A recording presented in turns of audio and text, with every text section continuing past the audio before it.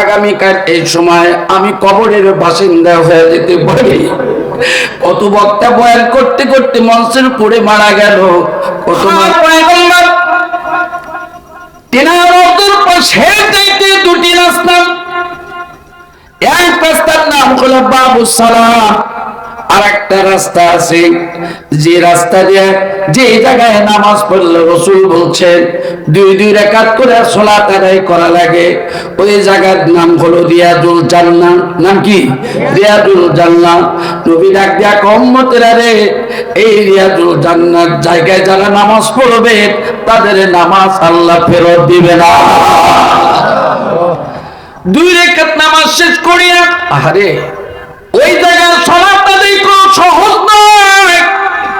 এখন আবেদন করা লাগে, এখন দরখাস্ত করা লাগে, সরকারের কাছে আবেদন করা লাগে, প্রশাসনের কাছে। আমি রিয়াজুল জান্নাতে নামাজ পড়বো, দোয়া করব, যার দরখাস্ত কবুল হয় সে রিয়াজুল জান্নাতে যাইতে পারে, যার দরখাস্ত কবুল হয় না এই রিয়াজুল জান্নাতে যাইতে পারে না। আমি যে বছর গিয়েছিলাম আমার বন্ধুর, আমি যদি একজন অসহায় মানুষ, আমি তো আমার মনের আশায় চলো আল্লাহ, আমার আল্লাহ এমনই দয়ার আল্লাহ, এমন একটি জায়গায় মসজিদ নববীতে আল্লাহ পাক বরকত দিয়ে রাখছে। বন্ধুগণ, দুটি জায়গায় আমি আপনাদের কাছে আজকে কথাগুলো আজকে ক্লিয়ার করতে চাই। আমি আপনাদের কাছে পুরা ঘটনাটা আপনাদের কাছে উল্লেখ করতে চাই, যেন আল্লাহ পাক এই কথার দ্বারা আমাদের সবাইকে মক্কা মদিনা সফর করায় দেন। আমিন। মক্কায় গেলে আল্লাহকে দেখা যায়। কোন কাকে দেখা যায়? আল্লাহ। আল্লাহ এত আস্তে আল্লাহ কইছেন যে মুখটা কে দিছে?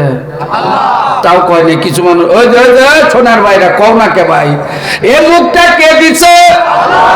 এই তাহলে এই আওয়াজটা কোন ব্যাংকে তুলছিলেন? যে ব্যাংকে টাকাই নাই, কথা বলে রে, কিন্তু টাকা নিচাও আমগর আওয়াজ তো নিবার ভরো নাই। দেন না ঠিক কর সাইজ কি ঠিক? আর একবার জোরে সবাই কনসেন্ট্রেট তো দেখছেন। আল্লাহ তোমার মুখটা আমি দিছি, এমনি দেই নেই।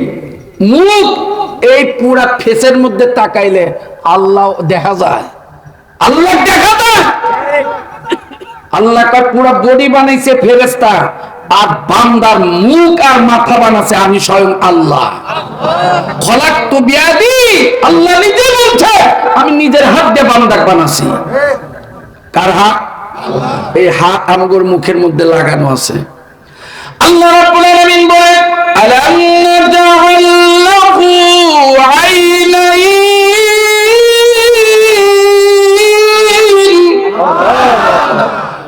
ওয়া লিসানান ওয়া শাফাতাইন।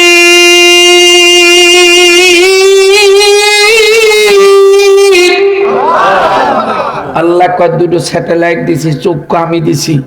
কেটা দিছে গো? আল্লাহ বিনে পয়সায় দুটা চক্ষু দিলেন, কোনদিন এই চক্ষুর বিনিময় চাই নাই। আল্লাহ কয় এমন একটি দুটি স্যাটেলাইট দিলাম, আল্লাহ কয় কোনদিন দরখাস্ত করো নাই, না দেওয়ার কারণে আমি আল্লাহ একটা দিলেও আন্দোলন অবরোধ করে তোমরা পাইতে না।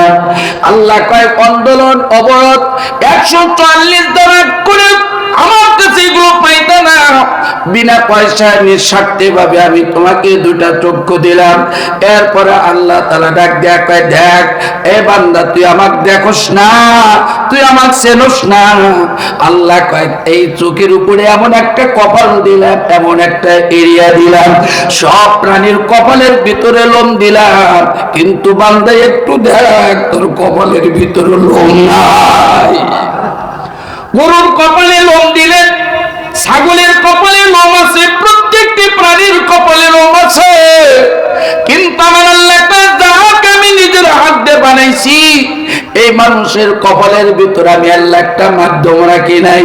তার কারণ হলো আল্লাহ নিজের হাত দিয়ে যে কপালটা বানাইছি, ওই কপাল আর আমি আল্লাহর পা, মাঝখানে যখন বান্দা সেজদা দেয়, আল্লাহ পাকের কদমে যখন মানুষ সেজদা দেয়, আমার নবী ডাক দেখায় বান্দার কপাল আর আল্লাহর পা, মাঝখানে কোনো পর্দা থাকে না।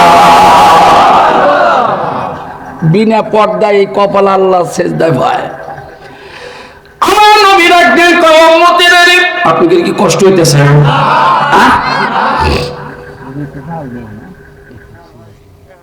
না ঘড়ি দেখতেছি না, সময় দেখতেছি। সুবহানাল্লাহ বলে। আমি তো আছি, আর আপনারও যেন কষ্ট না হয়। হতে পারে আজকের মাহফিল জীবনের শেষ মাহফিল, ঠিক নেই গো? আমি মনে করি আমার বয়ানকে জীবনের শেষ বয়ান। আগামীকাল এই সময় আমি কবরের বাসিন্দা হয়ে যেতে পারি। কত বক্তা বয়ান করতে করতে মঞ্চের উপরে মারা গেল, কত মানুষ চাকরি করতে যায় চেয়ারের উপর বসে কলম ফেলে দিয়ে মারা গেল, কৃষি কাজ করতে গেল মাঠে গেল জীবিত, লাশ হয়ে ফিরল বাড়িতে। আজকে জান্নাতের বাগানে বসে আছি। হতে পারে আগামীকাল ওই মসজিদের মিনারে মাইকিং হবে, অমুক নাই অমুক নাই। এই জন্য একটু আপনাদের কাছে সময় চাই। আল্লাহ যেন আজকের এই মাহফিল কামান আপনার সকলের জন্য নাজাতের জন্য